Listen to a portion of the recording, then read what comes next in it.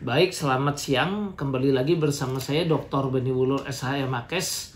Jadi beberapa saat yang lalu saya melakukan tantang tinju ya kepada Dr. Hotman Paris Hutapea.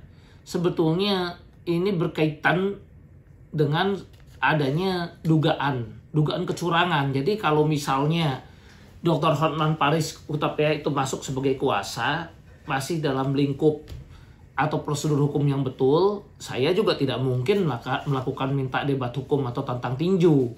Kenapa ya? Kita sebagai lawyer menang atau kalah itu hal biasa. Tapi kalau ada adanya dugaan ya, kita nggak tuduh, dugaan adanya mafia hukum atau mafia tanah di sini, sementara Dr. Hotman Paris kemudian masuk dan saya heran apakah dia tahu kasus ini atau tidak, dan dia bisa masuk melalui prosedur hukum yang diduga tidak betul, ya itulah yang membuat akhirnya saya mengajukan yang awalnya debat hukum, yang kemudian saya karena tidak ditanggapi, akhirnya kita lakukan untuk tantang tinju. Karena itu pun gara-gara Dr. Hotman Paris sendiri yang seolah-olah menyatakan dirinya bisa tinju dengan menantang Rocky Gerung. Ya saya pikir dia memang senang tinju, ya saya tantang. Ya. Nah cuman di sini kronologisnya itu saya bisa jelaskan kenapa sampai itu terjadi. Ya karena kita awalnya ya klien saya ini adalah pemilik tanah sah, kita sudah menang perkaranya ya. Kita sudah menang baik di tingkat PN maupun PT di Pengadilan Negeri Jakarta Pusat.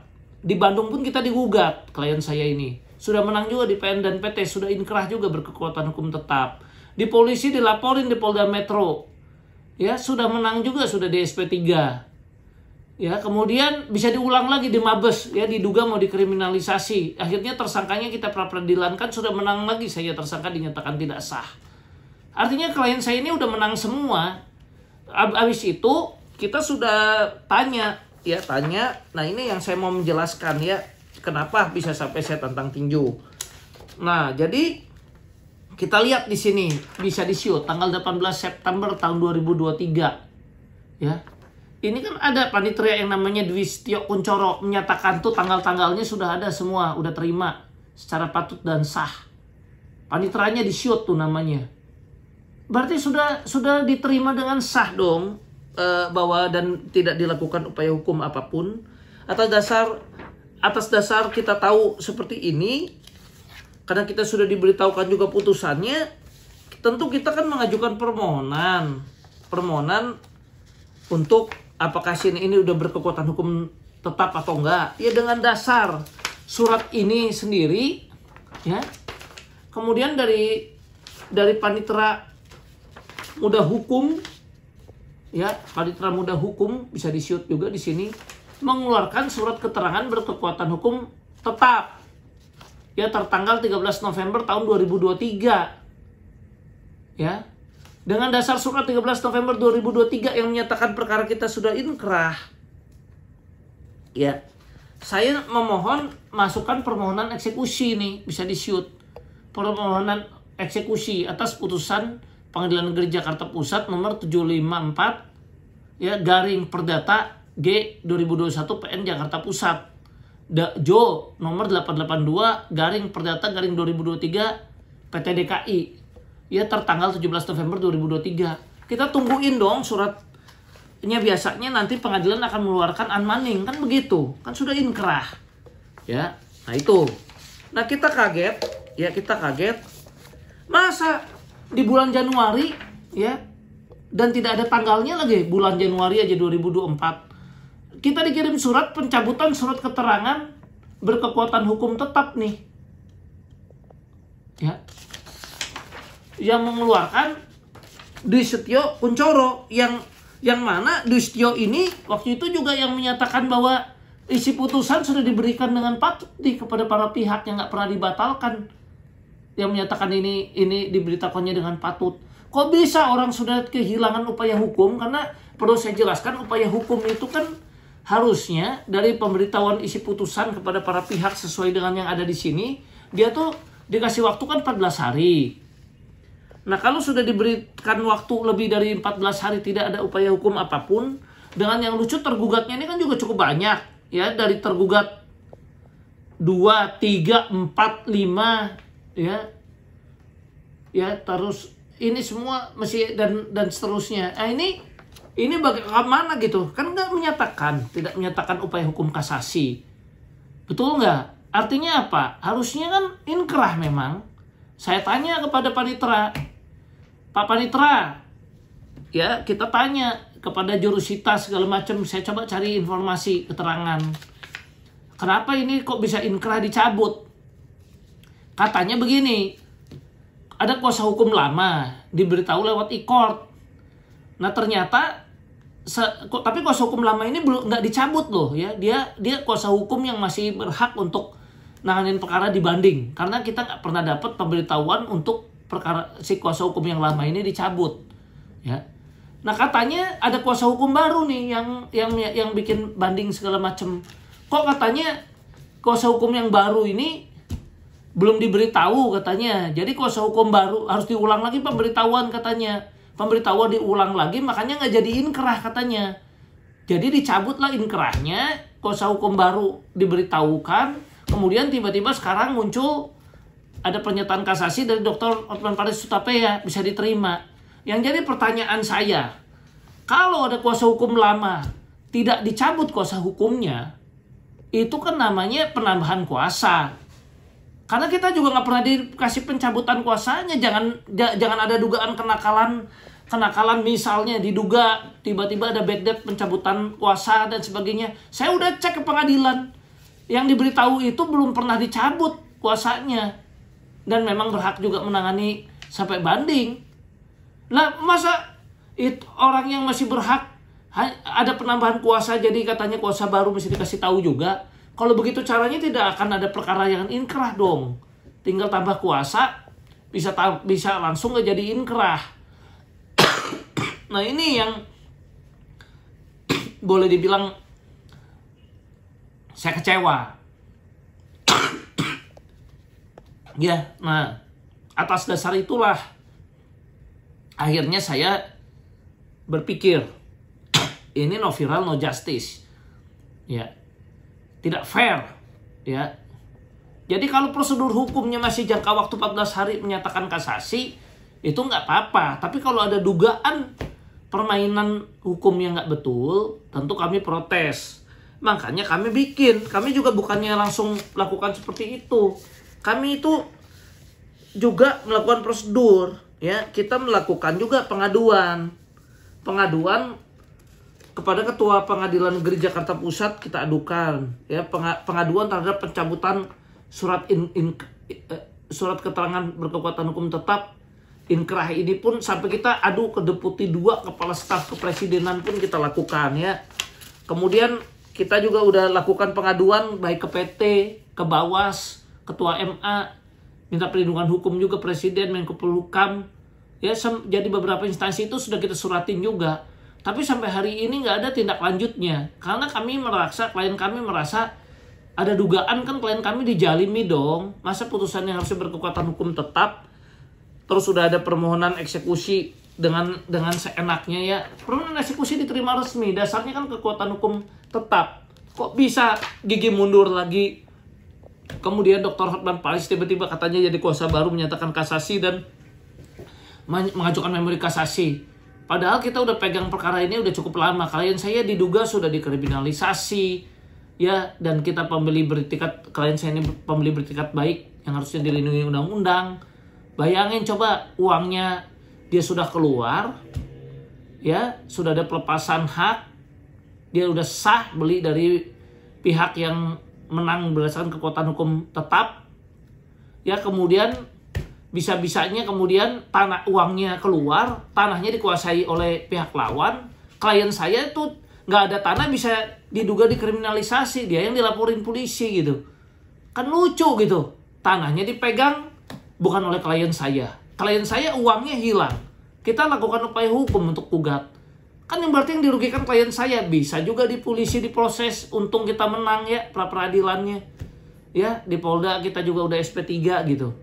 Nah ini saya kecewa dengan hal ini. Itu sebabnya pada akhirnya saya pikir ya no viral no justice. Kebetulan Hotman Paris melakukan menantang debat hukum ya saya tantang debat hukum, tidak ditanggapi. Saya pikir ya sudahlah, dia tantang Rocky Gerung tinju, ya sudah saya tantang Hotman Paris tinju. Meskipun saya sadar ya, saya juga kesian sama Dr. Hotman Paris itu dengan perutnya yang gede seperti itu. Mungkin kalau jadi tinju sama saya, ya saya mau mukul dia juga sebetulnya setengah tega nggak tega juga. Di sekali pukul roboh dia.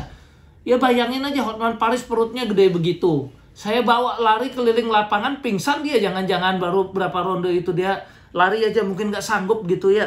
Bagaimana mau bertinju? Ya makanya kalau Anda nggak mampu bertinju, kan mulutmu harimaumu. Kenapa Anda tantang Rocky Gerung tinju? Kalau Anda nggak kuasai bidang tinju, ya jangan Anda coba-coba tantang Rocky Gerung tinju. Ya saya pikir Anda bisa bertinju, ya sudah saya ladenin kan. Saya tantang Anda tinju. Ya kan, ya meskipun ya saya pikir saya duga takut melawan saya, sehingga Anda menghindar lah dengan cara nggak kenal lah apa segala macam. Ya kalau niat mah memang Anda senang bertinju, ya bertinju saja kan, nggak usah cari-cari banyak alasan. Ya kan, karena ya saya juga sadar ya, dari segi usia juga saya lebih muda. Bukan saya ingin tinju sama Anda, itu bukan ya. Jadi jangan salah paham. Kalau Anda mau ladenin tinju, saya ladenin. Ya kan, justru Anda kepingin tinju dan Rocky Gerung, saya pikir Anda senang tinju, saya siap ladenin Anda. Tapi kalau Anda takut, ya fair aja bilang takut. Ya saya juga sadar ya dalam hal ini. Ya masa saya yang muda juga mungkin juga paling kalau jadi bertinju juga saya mungkin nggak tega juga kalau langsung pukul Anda. Mungkin sekali pukul, 2 kali pukul, roboh Anda itu, ambruk ya. Dan saya takut pukulan saya ini diduga kuat ya bisa buat Anda KO kan langsung, karena dengan postur tubuh Anda aja saya yakin kok Anda tidak mampu lawan saya, makanya Anda takut. Ya saya terus terang, ya memang di sini saya juga tidak bermaksud lah ya mendewa-dewakan suatu ilmu bela diri ya untuk menjajah yang lemah. Saya pikir ya Anda lemah secara fisik, nggak boleh lah saya jajah Anda dengan fisik yang begitu lemah, dengan perut buncit Anda itu. Ya kan, saya juga khawatir kalau Anda nanti saya pukul, misalnya diduga saya nggak tuduh ya, pukulan saya menyebabkan kepala Anda ini ada dugaan geger otak ringan atau bagaimana, diduga. Ya karena petinju kan banyak juga yang mati di ring kan karena kita nggak sengaja dipukul. Nah bagaimana, kan kita juga khawatir kalau seorang Hotman Paris tiba-tiba roboh kena pukulan saya, kemudian ya saya juga nanti sedih juga ya.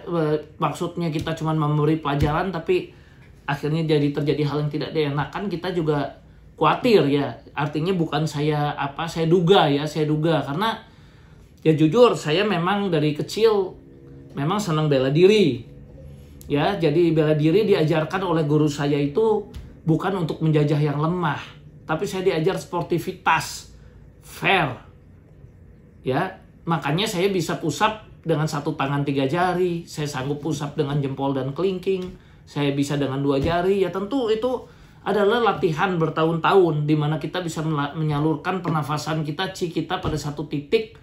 Ya dan saya latih pukulan saya juga dengan plat baja ya. Jadi saya juga bukan bermaksud untuk menghantam yang lemah, enggak, saya cuma mau kasih pelajaran. Ya ini salah satu lah, saya juga pemegang sabuk hitam kebetulan, saya juga pelatih. Ya saya juga nggak enak lah kalau saya harus mengajar Hotman Paris. Ya kan saya waktu itu sebagai salah satu pemegang sabuk hitam termuda juga. Ini bersama guru saya di Indo. Nah ini waktu saya kuliah juga, saya juga belajar taekwondo juga. Ya waktu saya kuliah. Jadi nah ini sertifikat saya sebagai pemegang sabuk hitam termuda. Umur 17 tahun saya sudah pegang sabuk hitam. Ya jadi memang Hotman Paris, saya juga tidak boleh merendahkan orang, tapi dengan fisik dan usia ya dia lawan saya. Mungkin nanti orang-orang juga atau guru bela diri saya semua atau orang-orang yang tahu saya, ini bagaimana Pak Benny katanya melawan seorang Hotman Paris dengan perut buncitnya. Ya diajak lari aja keliling lapangan pingsan dia mungkin ya. Kita juga nggak tega juga yang mempermainkan orang tua seperti itu. Sudah kakek-kakek, aki-aki, kita ajak lari keliling lapangan dengan perut buncitnya. Ya Hotman Paris juga lihat saya push up 3 jari, 1 tangan, dia mikir, waduh gua KO nih pukul sama si Benny. Ya takutlah dia, ya kan mana berani. Ya dia masih punya otak, saya yakin, makanya dia menghindar. Tapi saya kasih tahu Bung Hotman, makanya mulutmu harimaumu, jangan kamu tantang-tantang orang. Dan saya juga di sini bukan mau maksud menyombongkan diri, saya cuma mau mengasih pelajaran kepada seorang Dr. Hotman Paris karena mulutmu harimaumu. Ya, karena bukannya apa, ya di atas langit ada langit, yang lebih jago dari saya juga banyak. Makanya saya juga nggak mau sembarangan bicara. Ya, kalau bela diri buat saya ya hobi lah ya. Saya belajar dari umur 12 tahun, 1 SMP saya belajar taekwondo. Kemudian kelas 3 SMP saya belajar judo. 1 SMA saya belajar jujitsu ya. Silat, guru saya Mas Basuki waktu itu di GGM. Ya silat saya juga sedikit pernah belajar perisai diri juga ya. Waktu itu gitu ya. Nah, kemudian saya juga belajar seni tenaga prana Pendawa Patna, saya dalami juga hipnosis dan hipnoterapis. Ya saya juga belajar sedikit Aikido dan Kendo ya. Yang mana akhirnya saya juga dalami kickboxing ya. Nah, tinju ya sekarang ya mulailah saya berlatih tinju juga gitu ya. Ya makanya saya pikir ya sekarang kalau saya ajak usap aja mungkin Hotman Paris 2 tangan, saya cukup pakai 2 jari ini, atau saya pakai jempol sama kelingking saya aja, Hotman Paris belum tentu sanggup kalahkan saya, apalagi diajak bertinju kan begitu. Nah, jadi saya juga tidak boleh lah istilahnya ya pikir-pikir orang tua ya, nanti kita paksakan forsir tinju baru diajak lari, yang tadi saya bilang pingsan dia kehabisan napas bagaimana juga kan. Makanya sekali lagi Dr. Hotman Paris, kalau Anda tidak menguasai bidang tersebut, itu mulutmu harimaumu. Akhirnya Anda takut sendiri ketika ada orang yang meladeni, karena mulutmu sendiri yang waktu itu mau tantang Rocky Gerung, tantang tinju. Ya tentu saya pikir saya cobalah untuk tantang Anda juga tinju, mungkin Anda mau. Ya kan? Nah itu ya, sekali lagi ya memang secara hukum kita kan harusnya berbicaranya itu debat hukum. Ya, bukan bicara seperti itu. Bela diri itu sportif untuk membela diri. Ya, mengajarkan kita sportif, jangan curang dan sebagainya, dan untuk membela diri bukan untuk menjajah yang lemah. Ya, dan saya juga tidak bermaksud menyinggung yang lain-lain, karena saya tahu di atas langit ada langit. Dan saya tahu barang siapa meninggikan dirinya akan direndahkan. Barang siapa merendahkan dirinya akan ditinggikan. Saya sadar itu. Saya bukan siapa-siapa. Tuhan yang memberi, Tuhan pula yang bisa mengambil. Tapi kalau saya sampai tantang tinju dan sebagainya, ini adalah merupakan satu kekecewaan saya pada hukum di Indonesia. Salah satunya kenapa bisa inkrah, bisa dicabut. Nah itu yang saya kecewa. Kemudian saya bingung gitu. Kenapa bisa harus viralnya dengan cara saya tantang tinju Dr. Hotman Paris? Tapi kalau tidak viral kan memang susah saya dapatkan keadilan. Apakah saya juga harus tantang tinju dengan pejabat atau petinggi OJK baru bisa viral lagi supaya saya bisa ngomong? Ya, dengan adanya kasus-kasus Wana Arta, Kresna, yang saya kesian sampai sekarang, ya banyak yang sakit, segala macam nggak bisa dibayar, dan ini semua OJK juga lucu. Ya, dimana kita sudah kita sudah setuju dengan pengusahanya. Waktu itu saya sempat bicara dengan Pak Michael. Pak Michael ada takut Tuhan nggak, saya tanya. Dia bilang takut. Oke, kalau Anda memang mau bayar, silakan. Bagaimana? Oke, saya bayar. 3-5 tahun, kita berdamai. Nah, habis itu OJK bukannya mendukung, harusnya kan dia panggil pengusahanya, panggil nasabahnya. Ya kan diajak ngobrol. Ini enggak. Ya kan malah tetap ciu. Sampai kita sudah batalkan cabut izinnya. Ya kan, tapi tetap akhirnya diciu juga. Wana Arta, si Evelyn dibiarkan di sana. Masa untuk viral saya harus tantang seperti sekarang, contohnya misalnya saya kesal, ya udahlah kita beradu tinju dengan pejabat OJK gitu, baru bisa viral lagi gitu, baru saya bisa didengar lagi. Ya tapi kalau ini kan ada satu kekecewaan kita. Ya apakah sebuah masalah pada akhirnya harus diselesaikan lewat ring tinju? Haruskah seperti itu baru bisa viral? Karena kalau nggak viral, saya mau ngomong untuk nolongin nasabah-nasabah saya, klien saya, Koperasi Sentosa, Indosuria, Vikasa, ya banyak yang menangis, banyak yang butuh, ya orang yang segera sakit kanker otak, saya takut ada apa-apa dengan dia, harusnya uangnya cair. Kalau OJK tidak ciu, udah ada komitmen. Waktu itu langsung diberesin dulu yang kanker itu. Diutamakan dulu yang sakit-sakit dan yang sekolah. Komitmen langsung dari pengusahanya, bukannya itu yang diawasin. Kenapa harus pejabat-pejabat ini egonya seperti itu? Ya, dan kenapa ada prosedur hukum yang harusnya inkrah? Ya, inkrah kemudian bisa dicabut begitu saja. Ada tersangka lagi di kasus Polo ya, dengan surat yang diduga palsu udah jadi tersangka DPO, bisa menangin perkara di kasus Polo by Ralph Lauren. Ya, bisa mengalahkan orang yang udah jelas-jelas pemegang sertifikat dan ada perusahaan. Bayangkan ribuan karyawan bisa jadi nanti sulit ya untuk memberi nafkah anak istrinya.